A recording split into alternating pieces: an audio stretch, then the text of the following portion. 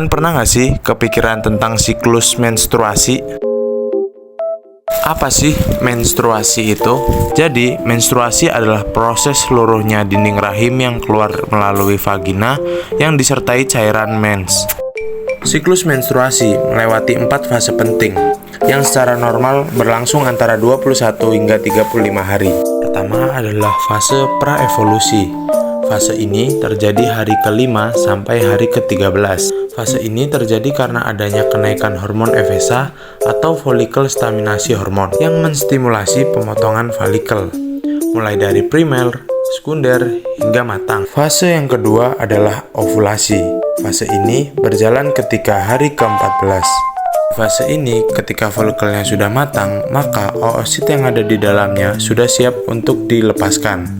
Oosit sekunder bisa lepas karena saat menjelang ovulasi terdapat kenaikan hormon sehingga menyebabkan FSH terhambat dan LH-nya naik. Saat menjelang ovulasi, dinding rahim akan mulai menebal. Saat oosit sekunder matang, oosit sekunder akan menuju ke tuba Fallopi. Saat sudah sampai ke tuba Fallopi, sel telur akan berharap bertemu dengan sel sperma untuk dibuahi.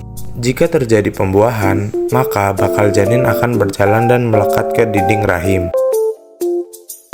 Namun, jika tidak ada sperma yang datang, ia akan berjalan sendiri ke rahim tanpa terjadinya kehamilan. Fase yang keempat adalah fase ovulasi. Pada ovulasi ini terjadi pada hari ke-15 sampai hari ke-28. Di sini, corpus lumbrum akan berubah menjadi corpus luteum. Ciri-ciri corpus lumbrum adalah banyak mengandung darah. Mengapa corpus lumbrum bisa berdarah? Karena adanya kenaikan sekresi hormon LH.